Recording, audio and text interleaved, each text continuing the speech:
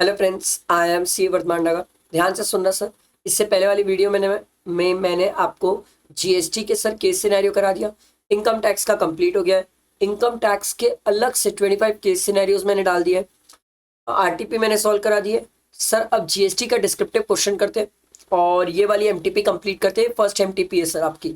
ठीक है, तो टाइम वेस्ट नहीं करते और क्वेश्चन सबसे पहले क्या करते हैं अपन, नीचे क्वेश्चन में आके पढ़ते हैं सर वो क्या दिया हुआ है। Compute the net GST payable in cash by ABC and Company for the month of April. Rate of CGST, SGST and IGST दिया हुआ respectively, assuming that all the remaining condition of the utilization of ITC are fulfilled. Thank you. तो चलो question देखते हैं। वैसे इसके लिए ना अपन पेज ऐड कर लेते हैं क्योंकि मेरे को पता है ये क्वेश्चन सॉल्व करना पड़ेगा। बड़ा क्वेश्चन होता है ये। ठीक है, चल। ABC and Company, a chartered accountancy firm, has its office in Bangalore. ठीक है भाई।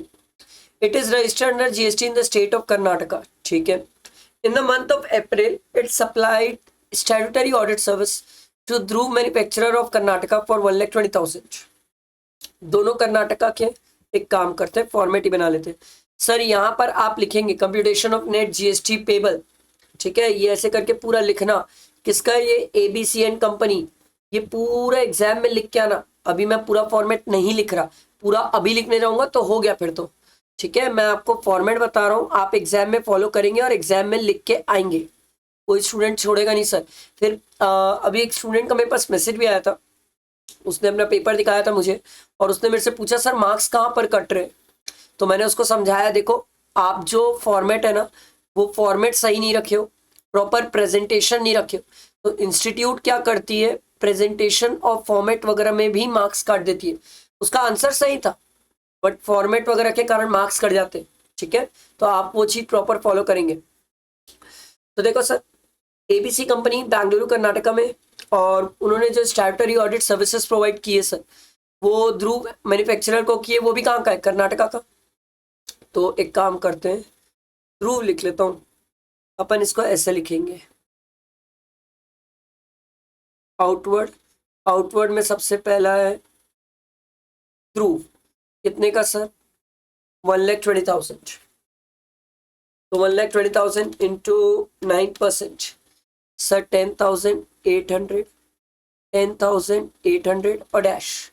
ठीक है, नेक्स्ट है further it charged 1,60,000 for the ITR services provided to the client located within Karnataka in the said month.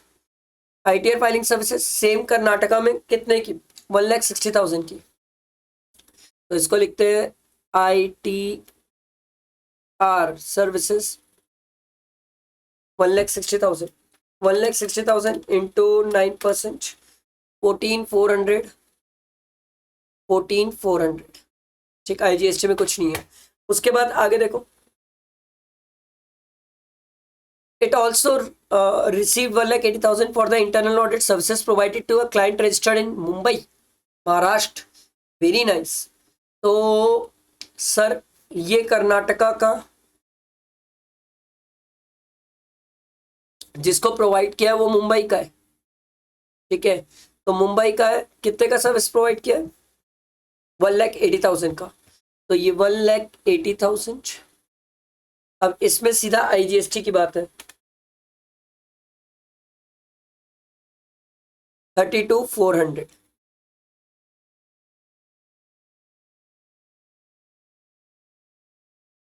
Sorry. उसके बाद देखो, ABC and company has provided the following information regarding the expenses incurred in the month of April for the purpose of providing the taxable services. तो इसने खर्चा किया, expenses incurred है ना, खर्चा किया है। खर्चा किया है तो ये सर आपको इनवर्ट से रिलेटेड डिटेल दी हुई है। खर्चा किया ना, पैसा गया होगा। पैसा गया होगा तो जीएसटी पे किया होगा, तो जीएसटी पे किया होगा तो इन सब केसेस में इनवर्ट की डिटेल्स दी हुई है। तो आउटवर्ड की डिटेल तो आपके पास इतनी है, तो इसको ऐड कर लेते हैं। ये आ जाएगा 32,400। ये कितना आएगा? 10,800 plus 14,400।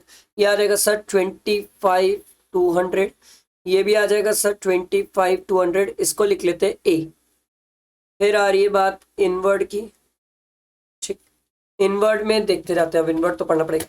Membership fee of a club located in Bengaluru paid for a senior partner of a firm, sir section 17(5) block credit, ठीक। Rent paid to landlord who is registered in the state of Karnataka for office located in Karnataka, इसकी credit की तो बात मिल जाती है, but ठीक है, ये तो मिल जाएगा, आगे पढ़ते। Professional fees paid to mister Jamuna Prasad, a practising chartered accountant for professional services availed, तो ये क्रेडिट मिल जाती है। Air conditioner purchase for office purpose, इसकी क्रेडिट मिल जाती है। अब मैं आपको एक मस्त वाली बात सिखाता हूँ, कभी भी क्रेडिट से रिलेटेड कुछ ऐसे पढ़ो ना बॉक्स में, कंक्लूड कभी मत करना कि हाँ क्रेडिट मिल गई दंड से लिख दिए, नहीं। जनरली क्या होता है, ये जो लिखा होता है ना, इससे रिलेटेड कुछ ना कुछ आपको नीचे दिया हुआ रहता है। अभी ना मैं आपको प्रूव करता हूँ, देखना कुछ ना कुछ दिया होगा। देखो note, landlord did not upload the GST R one within the prescribe time resulting in the GST amount not being reflected in 2B। हम पढ़ के ऐसा, जो 2B में रिफ्लेक्ट नहीं करेगा उसकी क्रेडिट भी नहीं मिलेगी। देखा, बदल गया ना आंसर, इसीलिए बोला कभी भी क्रेडिट से रिलेटेड कुछ बॉक्स में दिया रहे, ये समझ जाना नीचे कुछ दिया हो सकता है, आई एम नॉट सेइंग 100% देगा, बट हो सकता है। तो ये दो तो मिल जाएगा। प्रोफेशनल फीस 20, नहीं कितना, 18,000, ठीक है। And air conditioner AC,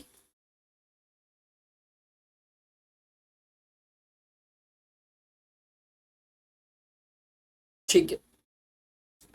credit में और कुछ तो दिखा नहीं सर मेरे को, और कुछ नीचे दिया हुआ है।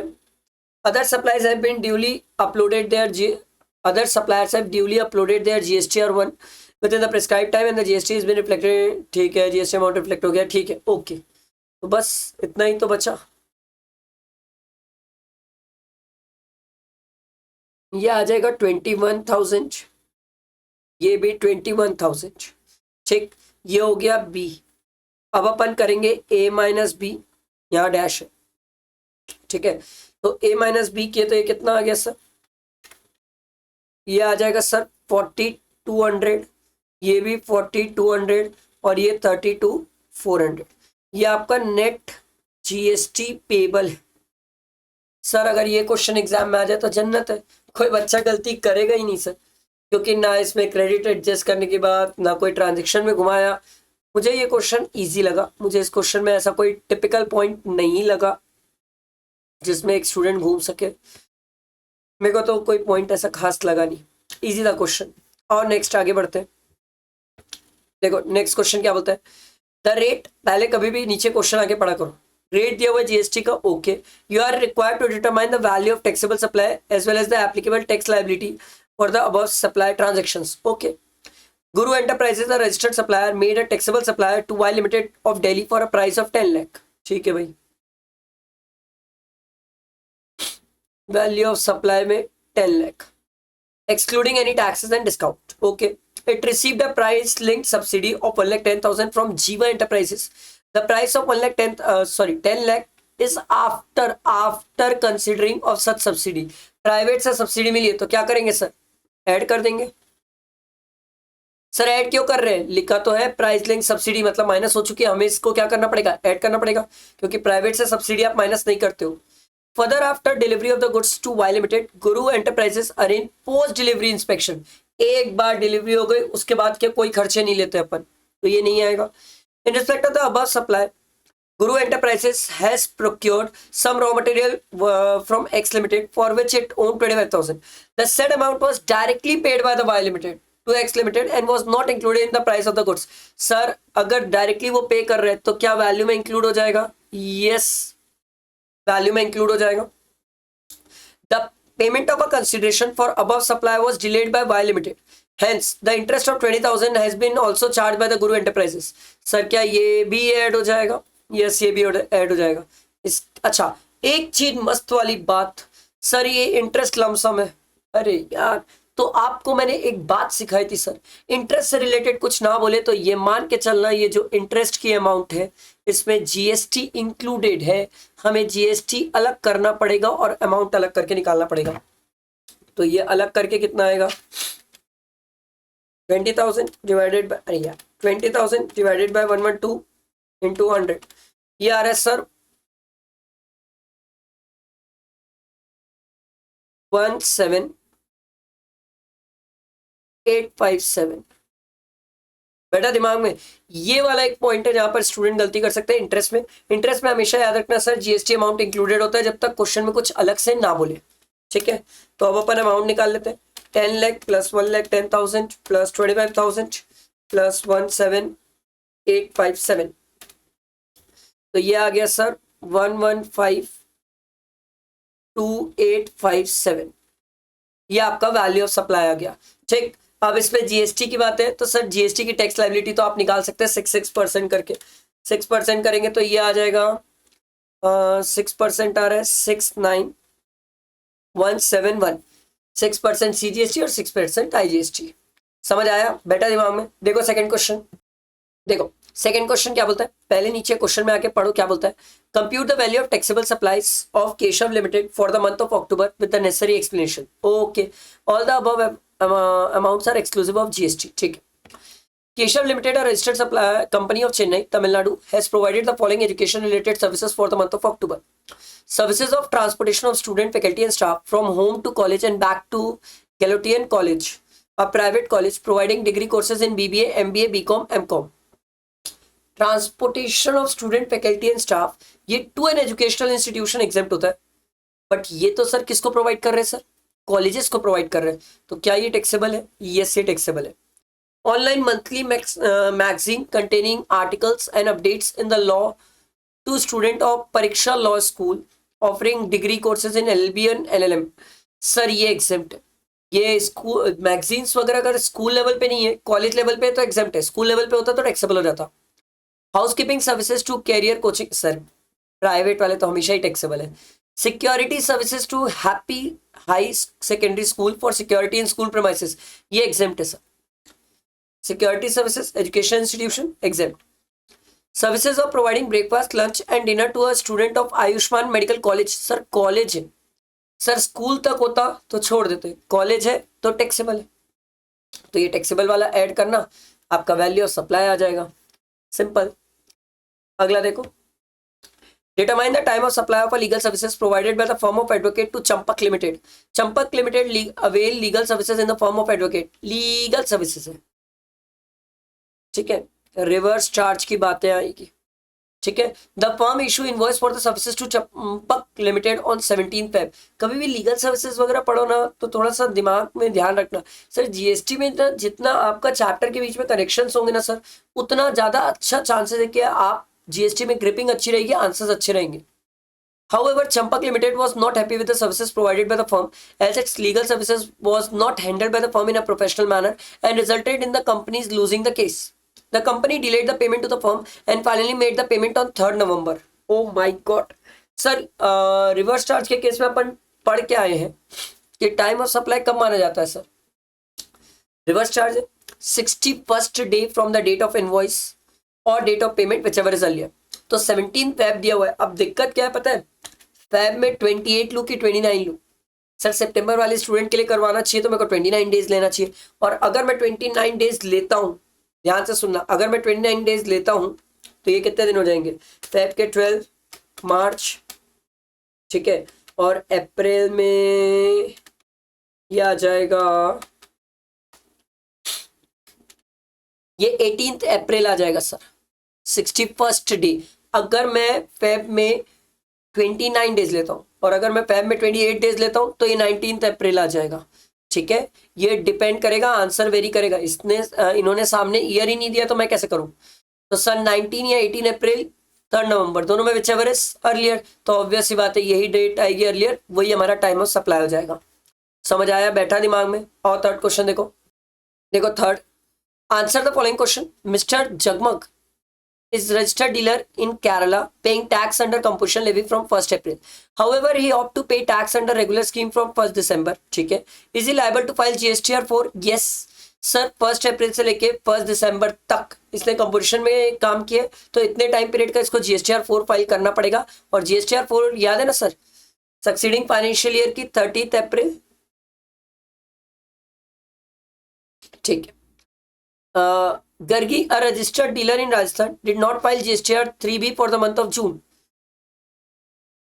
but she want to file GSTR 3B for the month of July. Is it possible? No. अगर आप GSTR 3B एक महीने का फाइल नहीं किए तो नेक्स्ट मंथ का GSTR 3B फाइल ही नहीं कर सकते, ठीक है। Can a chartered accountant become a GST practitioner? Sir ये क्या थ्योरी क्वेश्चन है सर, ये थ्योरी क्वेश्चन तो आप देख सकते हैं। What would be the place of supply of service provided by an event management company for organizing an event? अगर ऑर्गेनाइजिंग एन इवेंट से रिलेटेड है तो पहले चेक करो क्या सामने वाला पर्सन रजिस्टर्ड है। अगर वो रजिस्टर्ड है तो लोकेशन ऑफ सच पर्सन, और अगर सामने वाला अनरजिस्टर्ड है तो उस केस में सर जहां पर वो इवेंट हेल्ड किया गया है, और अगर इवेंट मल्टीपल स्टेट्स में तो फिर देखा जाएगा कि उनके कॉन्ट्रैक्ट में क्या डिसाइड हो रहा है, और अगर उनका कॉन्ट्रैक्ट भी कुछ नहीं बोलता तो फिर जनरल अकाउंटिंग प्रिंसिपल सप्लाई होंगे और उसके बेसिस में डिसाइड किया जाएगा सर कि वैल्यू और प्लेस ऑफ सप्लाई क्या होगा, ठीक। Services provided by entity registered under 12AB of the Income Tax Act 1961 are exempt from GST if such services are provided by way of charitable activities. Sir ये तो theory question है, ये आप पढ़ सकते हैं। चैरिटेबल एक्टिविटीज में क्या क्या आएगा, ठीक। List the details of the outward supply which can be furnished using IFF. Sir ये थ्योरी क्वेश्चंस है, ये थ्योरी क्वेश्चंस आप देख सकते हैं सर, प्योर थ्योरेटिकल क्वेश्चंस है। Which are the commodities that have been kept outside the purview of GST? Wow institute मतलब इतनी प्यारी इजी एमटीपी दी है, एग्जाम में यही पेपर में दे दे भाई, बच्चे ना 50 में से 45 तो गारंटीड लाएंगे। 45 क्यों बोल रहा हूँ पता है, हो सकता है लैंग्वेज के कारण 2-5 मार्क्स कट जाए, बट गारंटीड 45 आ जाएगा, यही दे दे बस एमटीपी।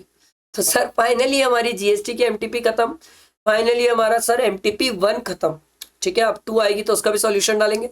आरटीपी मैंने डाल दिए, केस सिनेरियोस मैंने डाल दिया हूँ, एमसीक्यू में डालने वाला हूँ। रिवीजन लेक्चर्स हर संडे को 12 बजे रहते हैं, एमसीक्यू जो केस सिनेरियोस रहते हैं वो शाम को 6 बजे अपलोड होते हैं। बहुत सारी चीजें सर इस चैनल में टैक्स के लिए, आप साथ में रहो, टैक्स से रिलेटेड बहुत सारे बेनिफिट्स आपको मिल जाएंगे सर, ठीक है। फ्रेंड्स को शेयर करना, लाइक जरूर करना, ठीक। चलो थैंक यू।